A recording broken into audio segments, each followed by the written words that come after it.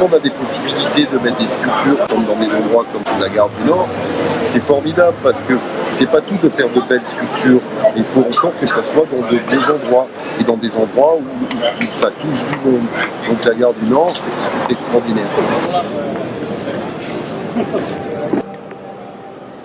J'ai commencé à faire ces sculptures après les incendies de 2003 dans le Var. Tout simplement parce que des hectares et des hectares de forêt ont brûlé en un espace de temps très très court. Et qu'à l'époque on travaillait dans une ferme dans l'arrière-pays et qu'on a failli brûler avec l'incendie.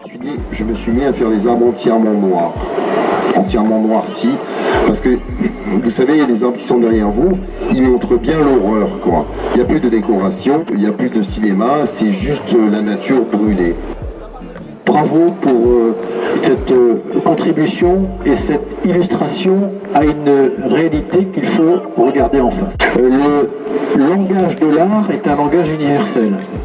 La contribution des artistes est très importante. On ne peut pas simplement abandonner la mobilisation sur ces sujets-là aux initiés.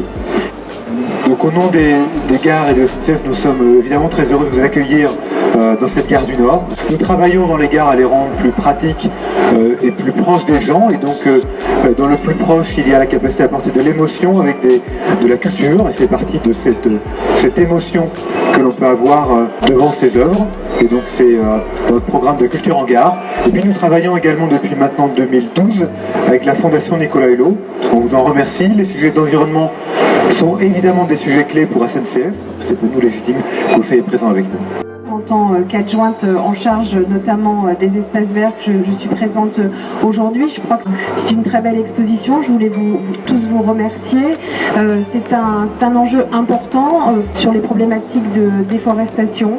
C'est des problématiques plus générales de protection de l'environnement, et c'est un moment important à la veille où Paris va accueillir la conférence pour le climat l'année prochaine, de pouvoir sensibiliser les Parisiens à cette problématique.